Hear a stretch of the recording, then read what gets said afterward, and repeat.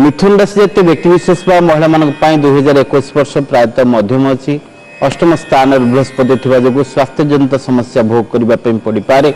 वो पारिवारिक क्षेत्र में उन्नत बुझाणा रही न पारे अଯଥା खर्चांति अर्थ हानि वो राजदंडर भय रही किंतु वर्षर शेष भाग आड़िकी प्रत्येक आशा पूर्ण हम अधा कार्य पूरा हम नूतन जमीजमा क्षेत्र शुभफल प्राप्ति हे छात्र छात्री माने विदेश परिभ्रमण सफलता प्राप्ति हे प्रायतः देखा गले मिथुन राशि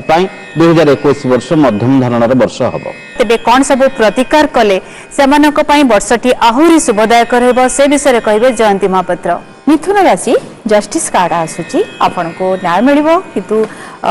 कोन कले अधिक मिलिबो सेति पई कि आपण 4 मुखीर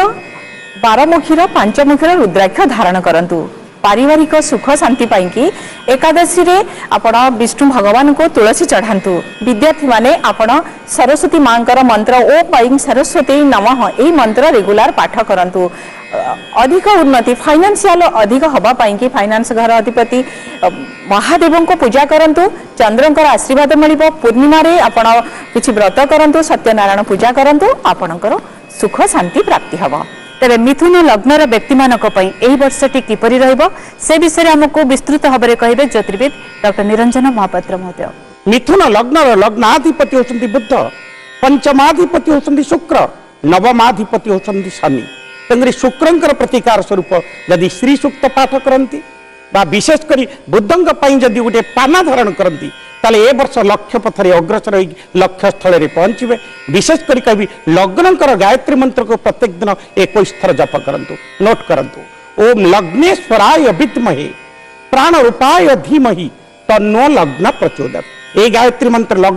लग्नंकर गायत्री मंत्र को जपंतु अशुभत्व खंडन होई जबो शुभत्व को लाभ करी। मिथुन राशि व्यक्ति मानक सहित संलग्न थिबा नक्षत्र मानक संपर्क रे जानिबा। मिथुन राशि 3टी नक्षत्र रही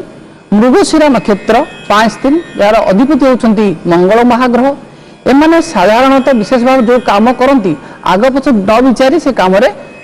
आरंभ करते जहाँ फल एमाने अनेक समय क्षति पड़ था तेणु आपण मानक ए वर्षर निश्चित भाव में जहाँ भी कर्म कर भावी चिंती करूँ आ स्वास्थ्य जनित यदि समस्या देखा तो निश्चित भाव में आप पेट जनित समस्या किसी रही पारे देखा आर्द्रा नक्षत्र यार नक्षत्र अधिपति होती राहु महाग्रह ए वर्ष राहु आपणकर वर्ष जातक अनुसार आपन निश्चित भाव में समस्त सुख फल देवाई समर्थ रही वर्षर मध्य भाग में आपण सामान्य दुर्घटनार संभावना